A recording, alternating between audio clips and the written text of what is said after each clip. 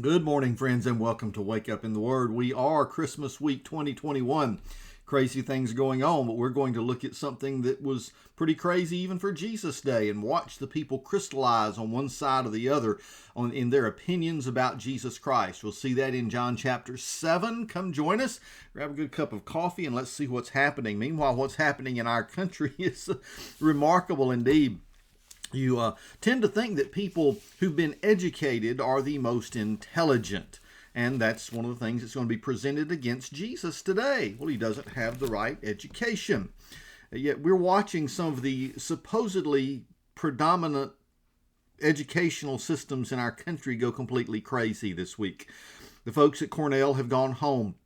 The Ivy League schools have closed and shut down, some shutting down early to send their kids home to take their finals virtually, remotely, and to do so because of the explosion of coronavirus in the schools.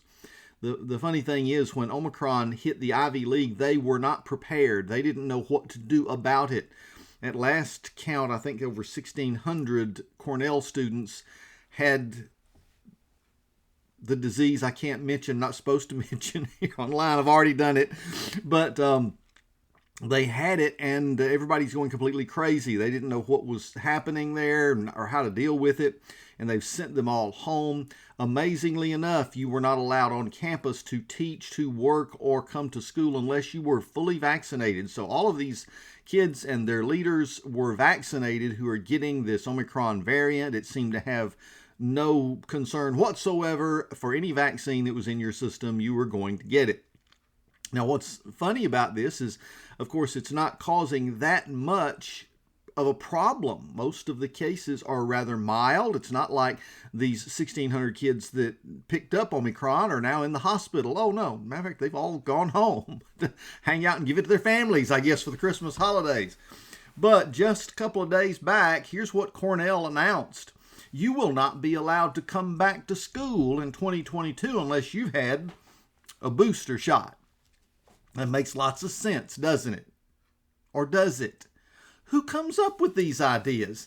These kids that have Omicron in Christmas holidays now have the best immunity against it ever. They're not going to get it again when they come back in January. They're probably not going to carry it either. It'll be gone. But somebody up there decided it was smart that these kids that have already had this disease are not going to have to get another vaccine put into their bodies.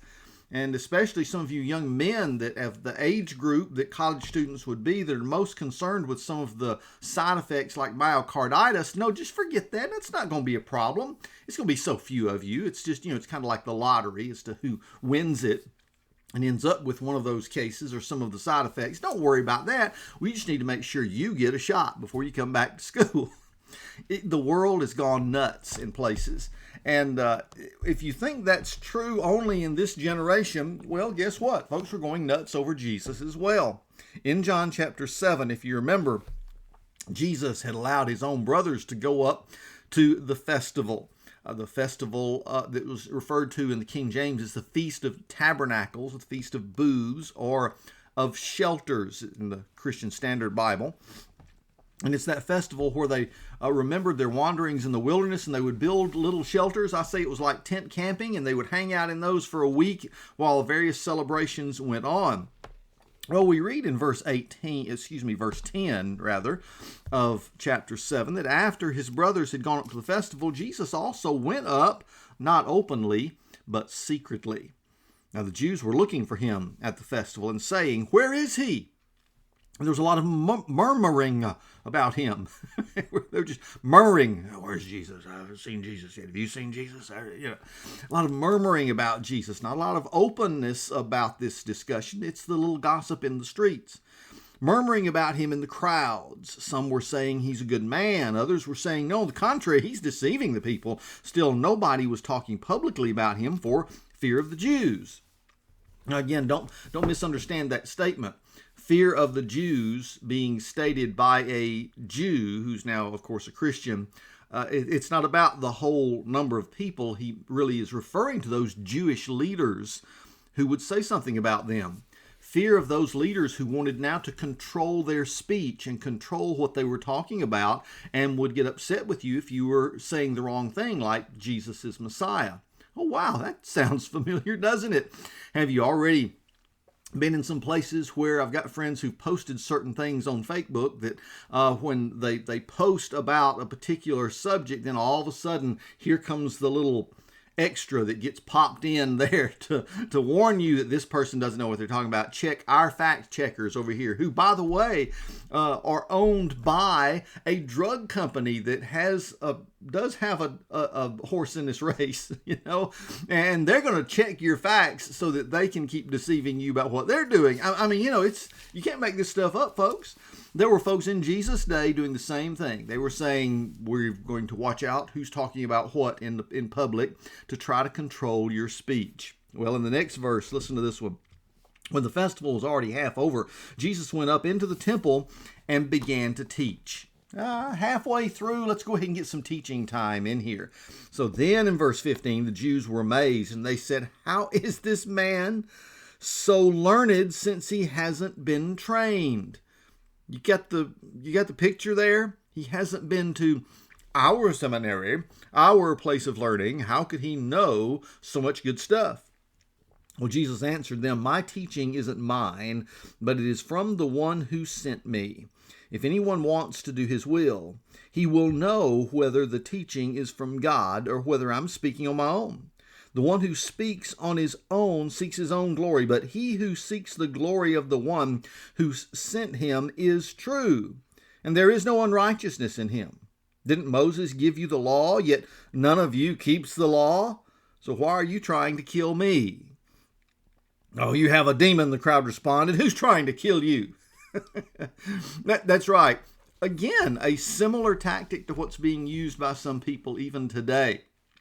As you state something that is a clear fact. Several times in the book we've seen now where Jewish leaders had decided this man's bad, we've got to figure out how to kill him, and they're plotting to do so. But now they're saying, "Kill you? Nobody's trying to kill you. What are you talking about?" Look what he says in the next verse. "I performed one work, and you were all amazed," Jesus answered. "This is why Moses has given you circumcision. Not that it comes from Moses, but from the fathers. And you circumcise a man on the Sabbath. Well, if a man receives circumcision on the Sabbath so that the law of Moses won't be broken, are you angry at me because I made a man entirely well on the Sabbath? Stop judging according to outward appearances. Rather, judge according to righteous judgment." I love this passage because, again, Jesus is pointing out what happens when you just get worse and worse and you devolve into more and more wickedness instead of repenting and turning around and saying, "Look, I was wrong about you all along, Jesus, and let me catch up with this." He even challenges them with the test of saying, "Hey, if you would just apply what I'm doing, what I'm saying, if you would apply my teachings, you would note that they are true and they are accurate." M.O. Owens writes that the simplicity of this test is startling. If historian makes a statement, one can establish its truth only by research in records that are often almost inaccessible or unreadable. But to test the truth of a scientific formula, one usually needs a laboratory with costly equipment and measuring devices. But to learn the genuineness of spiritual truth, however, one needs only to put it to work in life. You must see most of Jesus' critics are superficial in their judgment of him because they do not use the test he recommends, the practical application of his word to their lives. He guarantees that anyone can find certainty by putting him to the test. Now, if the Jews had been obedient to God and to the law given through Moses, they would have received Jesus. Indeed, they violated God's law by seeking to kill him. And when Jesus confronted the Jews with what he knew they purposed, the people claimed that he must be crazy to entertain such a thought. Jesus, however, knew the plotting of the priesthood and the hearts of the people. Now, what's amazing is that as he continues in this vein and tries to just lay out the truth for them, even citing Moses, they seem to be unable to hear.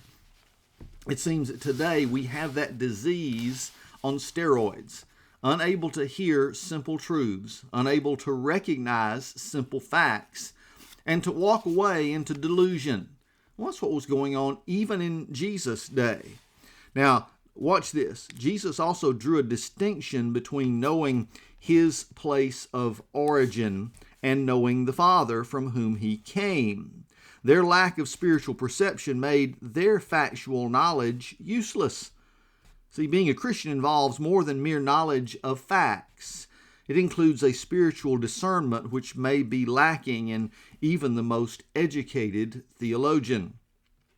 They were disturbed because Jesus was teaching grand spiritual truths, but he hasn't got their piece of paper, their certification that says you were in so-and-so's rabbinical school. That has always been something very special in the life of Jewish culture. If you can show all the degrees you've got from all the right places. Well, it's not just Jewish culture that appreciates that, right?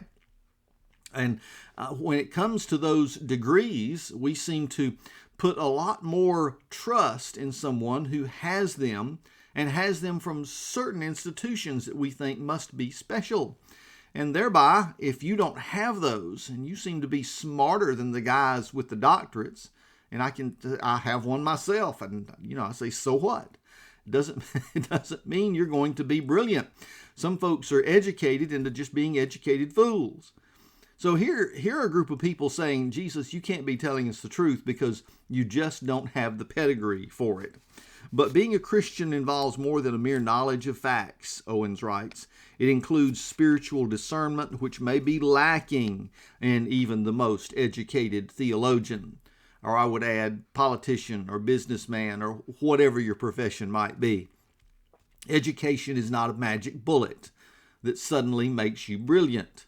That common sense, that school of hard knocks that many of us go through, sometimes brings about more respected intellects than the highest levels of education.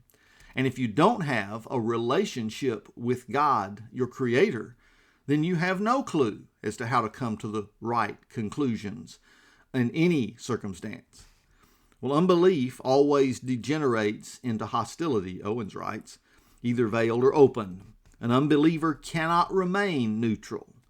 As the controversy increased, people were forced to side with Jesus or against him. 3 times in this chapter, we read of attempts to arrest him, verses 30, 32, and 44. The popular uncertainty had begun to crystallize into hatred on the one side and detachment on the other.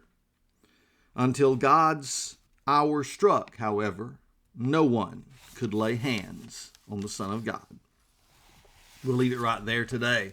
As we're driving toward Christmas at the end of this week, here we are driving toward the crucifixion of Jesus in the Gospel of John. The two are so interconnected. That child that was born on that very first Christmas was born for a purpose, to die for our sins. So it was just the beginning of a wonderful long journey that would culminate in the cross and the resurrection. And aren't you glad that it did? Good reason for us to keep celebrating this Christmas 2021 and still marvel at the people who can be in such positions of power and influence and remain so clueless. Well, God bless you. Merry Christmas. I'll see you again right here tomorrow as we'll do this again on Wake Up in the Word.